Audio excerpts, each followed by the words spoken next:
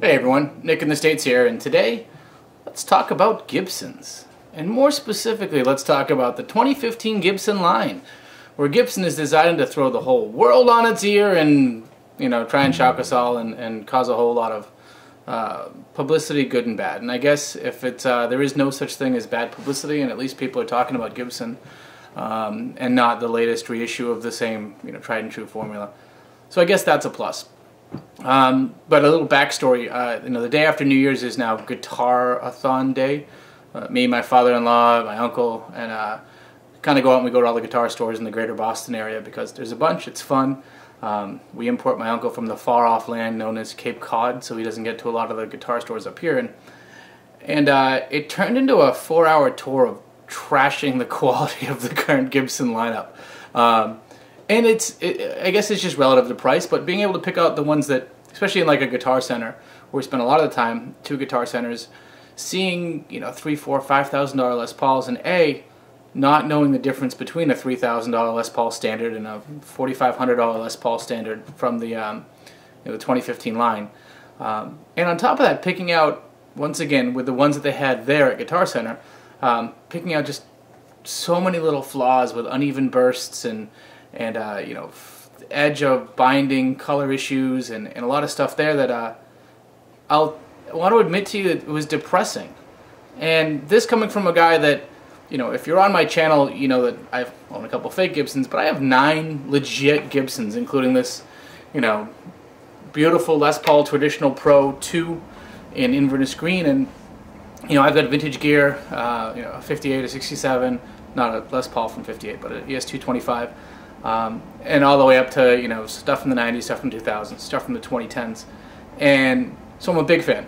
I think Gibson's my favorite guitar company, guitar builder that there is. But to see the 2015s, it just bummed me out. A lot of people are complaining about the mini tunes, which, like them or hate them, there are no screws left over from ripping a mini tune out and replacing it.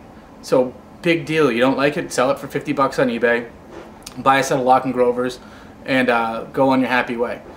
Where I do have and let me also say this, the 2 of them that I've played over the last 2 years had issues tuning single strings in Guitar Center, picking out, playing with it. Also, the 2015s, they made the neck a little wider, and I don't mind it, but both my father-in-law and my uncle really didn't like it. At least from the initial feel in the hand, it felt kind of off and wrong. But let's get down to brass tacks, especially for a lot of people that might end up on my channel.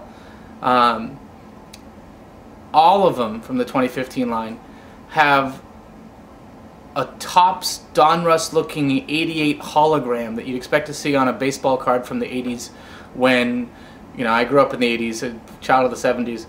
Holograms are cool. There was an issue of National Geographic at some point along there. It was a hologram whole cover, and it was crazy. It's 2015, and there's this little 1" by 1" hologram of Les Paul tattooed to the back of the headstock, and it just looks cheap, like a certificate of authenticity, legitimate, ooh, awesome. It's under the clear coat, so you can't get rid of it, and it looks tacky, awful. And I can empathize, right? Like, you want to put something to commemorate 100 years of Les Paul's life.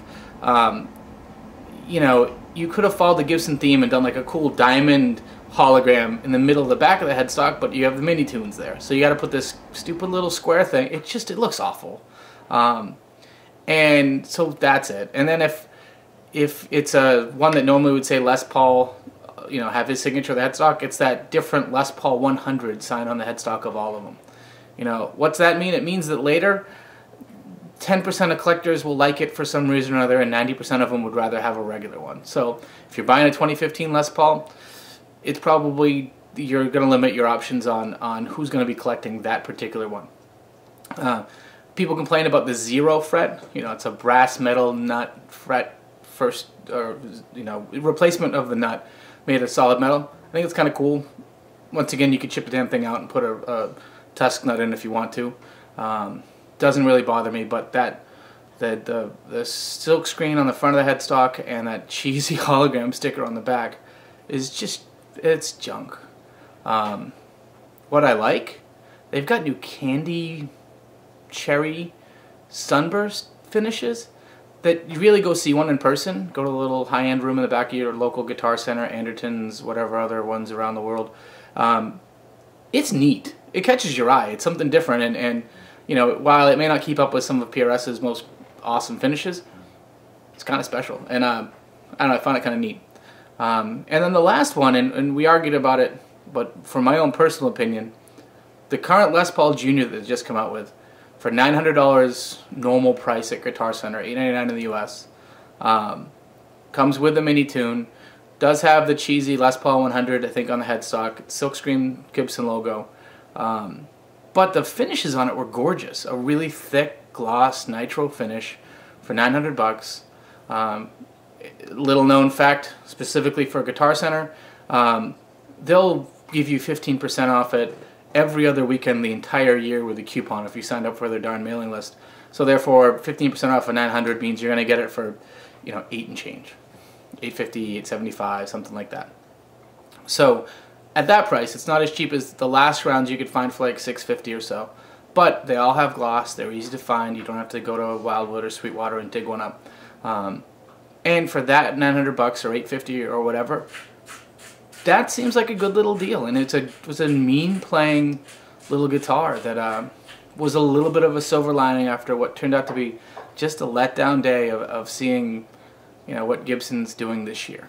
You know, if you're in the market for a Les Paul right now, a newish one, it would behoove you to check out the Signature Tees from 2013, I think they came out in. The nice thing about a Signature Tee is it is weight relieved, but they're still solid. They're uncovered humbuckers. They've got AA maple tops. They're just like a standard in that way, but it has Grover tuners, has 4 knobs instead of 3 and a switch. And if you hunt on eBay for a leftover or whatnot, you get one for $1,300, $1,400, $1,500, which is a really good deal. They had it in a cherry tobacco burst, funky transparent white burst thing that some people like, and I think a transparent black one as well.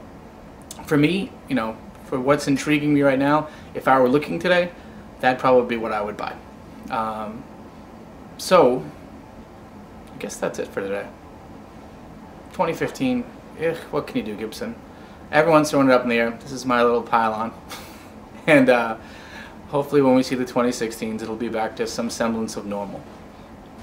I've been Nick in the States, and obviously I have issues. Thanks for checking in.